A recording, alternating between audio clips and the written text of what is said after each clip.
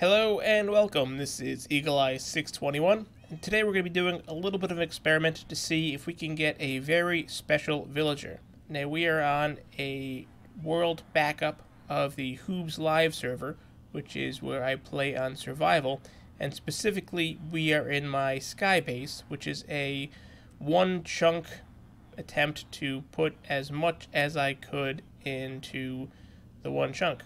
And this floor was my villager setup, which is now mostly completely broken because you now need to have the workstations. We are running this in, as you can see, the 14.4 vanilla, and sometimes when you upgraded your world, you ran into a couple of very special villagers. So I'll go through this a little bit, but the experiment will take some time. So before I show you a little bit of a tour, let's talk about what we're doing. And we're going to experiment with this guy, who was one of my superstars because he had the best melon and pumpkin trade you can get. Over here had the best wheat trade as well as the best pumpkin. This guy over here had the carrots and potatoes. But I always liked the melon and pumpkins because they were very compact and easy to transport up here to trade quickly for a lot of emeralds. Now in the update, certain villagers, as you can see, will have their trades locked and require a workstation. And if you trade with them, you will see that at some point they may or may not lock up. And sometimes, like with this guy, it's not locking like it should. We're going to experiment on this guy, however, which is a setup I have behind him. And as you can see, he also is not locking his trades. So this is a great way to get a lot of emeralds very quickly. But let's see if we can make this just a little bit better. And the way that we're going to do that is by setting up a little situation for him over here. And we're going to break this and push him inside. Come on. And lock him in there. And unfortunately for him, he's about to meet a friend who's not very friendly. And that is a zombie who will convert him into a zombie villager.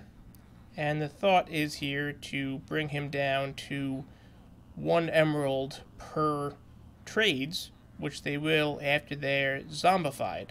But the question is whether or not, come on buddy, whether or not they will actually maintain that special ability where they don't lock their trades after going through this zombification. So hopefully he will continue to, don't suffocate him. Why don't we give him another zombie here? There we go. And of course he broke free. But that's okay. That'll make it easier to kill these guys without hurting our friend. And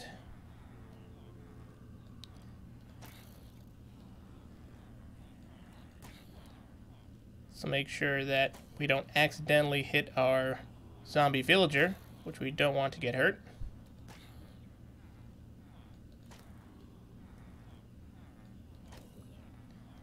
And let's break this.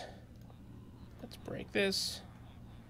And let's see if we can get him back into a little bit of that safer area.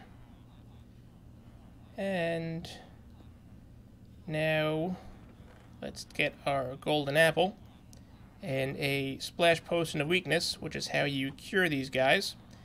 And let's also make sure I'm in survival for this. Hit him with the weakness and then feed him an apple. And you can tell he's shaking, so he is going to convert back to a normal villager, and then we will see what will happen. Now while we are waiting for that to occur, I can show you around and here a little bit to show you what the setup was. And this was a very manual setup that I used to get every single trade you could get. This is in 1.13 and below, and this particular world started in 1.12. So we had all of the best purchases you could make here, as you can read from the signs, including on the lapis and the redstone, the XP, glass, everything. And then over here is the best sell trades that you could have, and this is also for everything, including stuff that I wouldn't normally sell just to have it, because sometimes that's what you do in Minecraft. And this was a little divider that just prevented people from walking through, because sometimes when you trade with them, because they're right next to each other, they would breed and you'd have a villager running around you'd have to deal with. And then again, all of the different types of enchantments that you could want in here as well. And the way this worked was a manual system. There would be villagers running around in here, just throw them stacks of food, put them into the sorting chamber, trade with them, and then drop them down into the minecart in order to sort them manually into the slots. We had just a very basic setup over here for the potions. This is about as small as you can make any sort of automatic potion.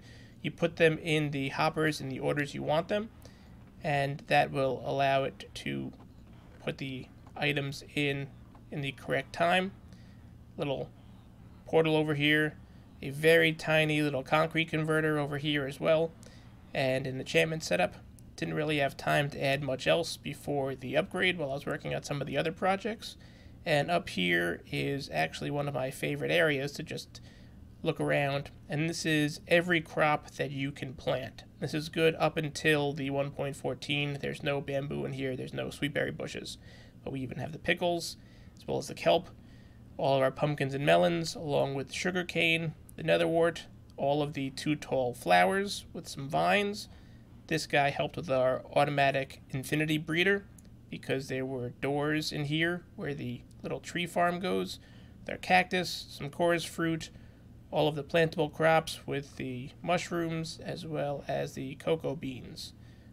And then up top, we had all the animals.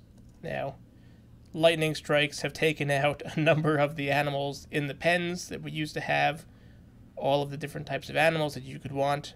We only have a couple of survivors right now. And then this is in one 16 by 16 chunk. So you can see from the chunk boundaries, and the walls are included within that chunk. And just have a nice little design out here using a lot of the different types of quartz with some of the sea lanterns and some half slabs to allow some of the light in. And from underneath, nothing too special. This water tube here was created in order to be able to link the nether portal from the other side. You would end up down there and you could take this water chute back up. There's another portal in here to get back down. That's for people that didn't have wings. You can kind of see some of the world below. It's a no longer working iron farm over there. And if you can see right here when I turn my screen, that is the cobble generator. That's actually my 137,000 version, not the bigger version that I made called the Stone Swirl. And I heard, and it does look like our guy has turned back into a regular villager. And now for the test, is he going to lock up his trades? So let's grab a bunch more pumpkins and melons. And let's put back this stuff for all the things. And let's see if the zombification has changed him. And that's actually pretty interesting. Turning him into a zombie did not lower the prices in terms of how much we get. And part of that's for anything. Everything costs exactly the same, which is interesting. Did it destroy his trade? Will he lock up? And it doesn't look like he's going to lock up. But we didn't get any benefit at all. It's a little disappointing, but that's why you experiment. So it looks like if you lucked out and got a villager that does not lock their trades, it's not worth zombifying them because it won't affect the actual amounts that you're able to sell for. But the good news is, in case they do accidentally get zombified, it won't change the fact they're not locked up. And there you have it. If you found this video interesting, I'd appreciate a like, and for more videos like this, be sure to subscribe. Thanks for stopping by.